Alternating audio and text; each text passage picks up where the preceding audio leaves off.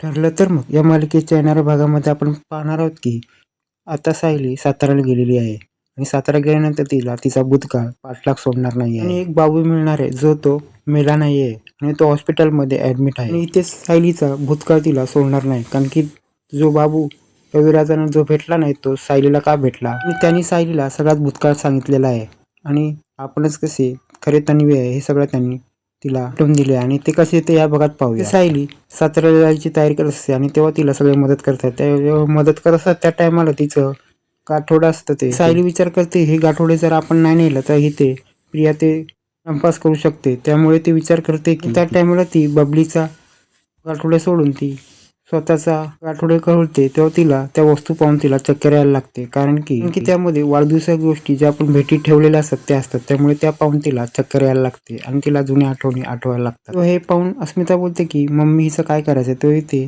प्रताप बोलायला लागतो की आता तिला बाहेर पाठवायला नको कारण की तिला पुन्हा त्रास व्हायला लागेल. प्रताप बोलायला लागतो तिला जर बाहेर चक्कर आली तर पुन्हा प्रॉब्लेम होऊ शकतो.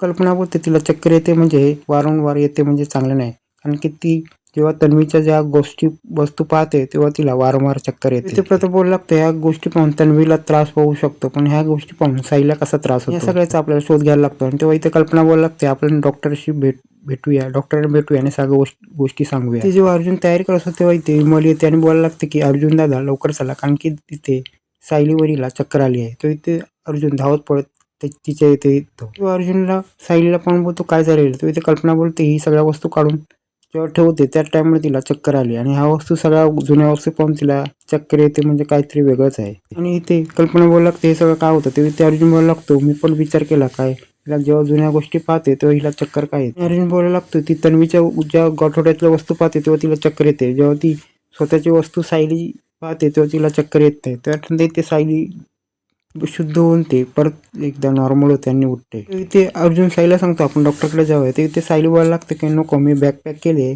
आपण वासंतीकडे जाऊया. तेव्हा कल्पना बोलते की तू तिथे जा पण तू स्वतःची काळजी. पण इथे सायलीला बरं वाटत नसतं. तिकडे गेल्यावर पण आपल्याला वेगळी गोष्ट पाहायला मिळणार आहे तिला जाणवत असतं.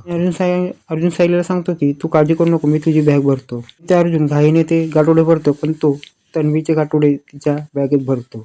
नागराज महिपतला फोन करत असतो पण महिपत फोन उचलत नाही आणि तेव्हा इथे नागराज विचार करतो आपल्याला जिथे महिपतने जायला सांगितले तिथे आपल्याला जायला पाहिजे. नागराज इथे सुमनला बोलतो की मी 4 दिवसासाठी बाहेर चाललोय. तो इथे सुमन बोलायला लागते आता कुठे चाललो तुम्ही. आणि जिथे महिपत आता जाणार आहे तिथे नागराज पण जाणार आहे. त्यानंतर नागराजला पाहून जिथे प्रिया पण जाणार आहे. आणि इथे सायली आणि अर्जुन ऑलरेडी तिकडे गेलेले आहे. आता सायलीला तिकडे खूप मोठं सत्य संबंधणार म्हणजे बाबू जिवंत आहे. आणि इथे सायलीला अर्जुन पोहोचवला जात असतो पण त्याला इथे रस्त्यावर कळते की एका माणसाचा ऍक्सिडेंट झालाय आणि तो सगळी माणसं त्याला उचलत आहेत आणि तेव्हा तिथे समजते की तो दुसरा तिसरा माणूस कोण नाही तो बाबू आहे. अर्जुनला साईला पोचवायला जायचं आहे त्यामुळे तो तिकडे लक्ष देत नाही आणि तो तिकडे निघून जातो. तेव्हा अर्जुनच्या विचारात होतो हा माणूस कोण आहे मी ह्याला पाहिलं का. इकडे मी पण पोलिसांना सांगत असतो की मी कुठे जाते कोणाला सांगू नको पण मी जिथे जाईन तिथे मला सगळ्या गोष्टी कळल्या पाहिजे. मी पण सांगतो पोलिसांना की तू मला सगळी माहिती द्यायची आणि ज्याला मला माहिती कळली नाही तू आहेस नाही तर बघ.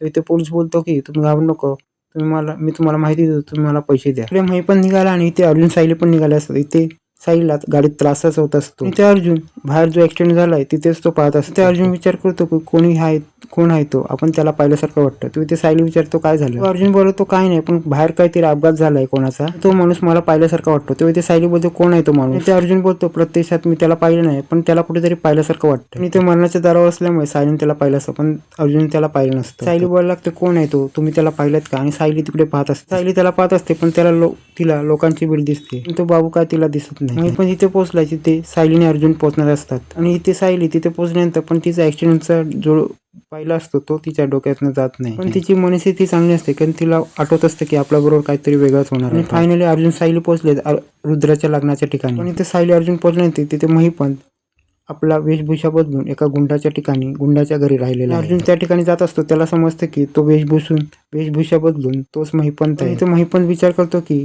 तो लपून राहतो आणि तो विचार करतो की आपण कोणाला घाबरलं नाही पण या अर्जुनला आपल्याला घाबरून वेशभूषा करून लपवावं लागतं. महिपंत बोलतो की याला मी मारायला आता कमी करणार नाही. आणि अर्जुन त्या लग्नात पोहोचल्यानंतर तिकडे लग्नामधील वेगवेगळ्या कार्यक्रमाचा आनंद घेत असतात. प्रिया विचार करत असते की हे लोक लग्नाला गेलेत आणि तिकडे महिपंत पण पोहोचला असेल पण ह्यांचं काय आता एकमेकाला पाहिलं असेल तर काय. सायली ते मंदिरात पोहोचल्यानंतर तिकडे त्या बाबूला पाहिलं आणि बाबूला पाहिलं आणि तिला चांगला धक्का बसला. इथे साईला कळतं की 2 वर्षापूर्वी बाबू आपल्याला वाटलंय की मेलेला आहे, पण बाबू जिवंत प्रिया त्या लग्नाच्या ठिकाणी आली आहे आणि ती नागराज पण आलेला आहे. प्रिया नागराजला बोलते की त्या महिपंतला सोडून काढा, नाही तर महिपंत कोणाच्या हाती लागला तर लफडा आहे. आणि तू वेशभूषा बदलून या लग्नाला आलेला आहे. इथे नागराज बोलू लागतो, तू त्या महिपंतची एवढी का मदत करतेस? तो इथे तेव्हा प्रिया बोलू लागते, मी महिपंतची नाही, मी स्वतःची मदत करते. प्रिया बोलू लागते, जर महिपंत सापडला आणि तुम्ही पण सापडलात तर माझं काय खरं नाही. बोलू लागते, यासाठी मी सांगते की त्या महिपंतला शोधून काढा, तो इथेच कुठेतरी लपलाय. ते सायलीने बाबूला पाहिलं असं आणि सायली बोलते की आपण मी बाबूला पाहिलं आणि तिथे पाहिलं तिकडे आपण जाऊया. रविराज पोलिसांना बोलतो की ज्या